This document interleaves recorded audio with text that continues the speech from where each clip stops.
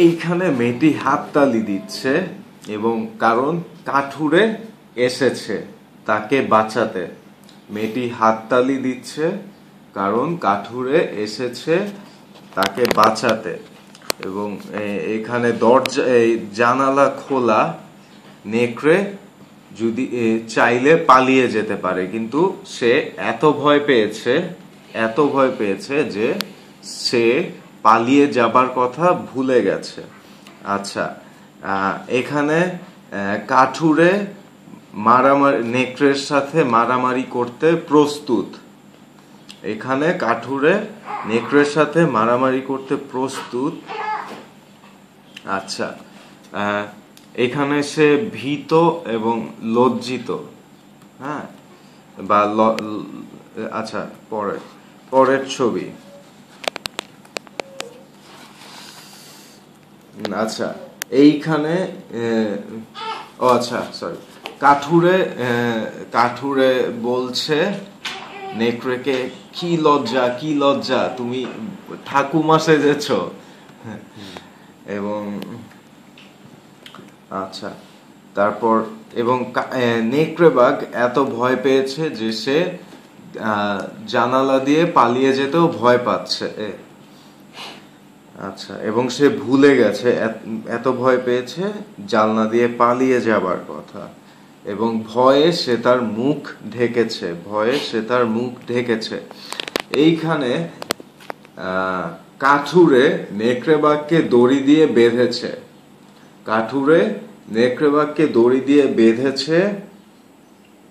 এবং এখানে তার হাত মুঠো করা। আচ্ছা, এবং সে দড়ি ধরে আছে হাত মুঠো করে। আচ্ছা, এখানে নেকড়ের মুখও বাঁধা হয়েছে এবং নেকড়ে এখন হাই করছে যে কেন সে মেয়েটিকে খাবার পরিকল্পনা করেছিল। আচ্ছা, এইখানে কাঠুরে আলমারির দরজা খুলে দিয়েছে এবং ঠাকুমা বের হয়ে আসছে এবং ঠাকুমা বলছে নাতনিকে, কেন তুমি দেরি করে এসেছো, বা কেন তোমার আসতে দেরি হলো। আচ্ছা, এবং ঠাকুমার বোধহয় এই বন্ধ আলমারির ভিতরে শ্বাস নিতে কষ্ট হচ্ছিল, তাই তাকে এরকম অসুস্থ দেখাচ্ছে, বা নিঃশ্বাস নিতে কষ্ট হচ্ছিল। আচ্ছা, এবং ঠাকুমা মনে মনে বলছে যে এবার বেঁচে গেলাম, কারণ আমার একজন শক্তিশালী এবং সাহসী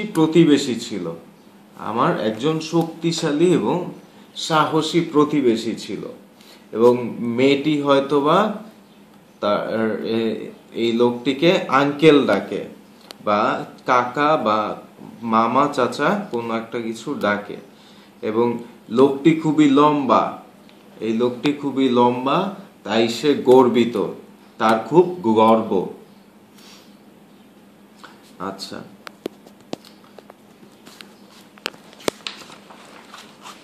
এইখানে ঠাকুমা খুব নিশ্চিন্ত বোধ করছে এবং খুব স্বস্তি বোধ করছে, কারণ আর কোনো বিপদ নেই এখন।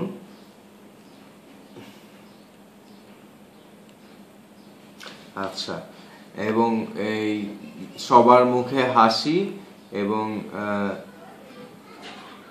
কাঠুরে কাপে চা ঢালছে।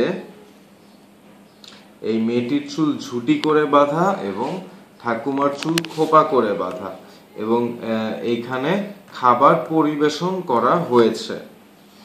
এই কাঠুরের দাড়ি খুবই ঘন এবং মোচও খুব ঘন, বাট কিন্তু এই নেকড়ের মোচ খুব হালকা বা পাতলা। আচ্ছা, এই লোকটির নাকটা বাঁকা। আচ্ছা,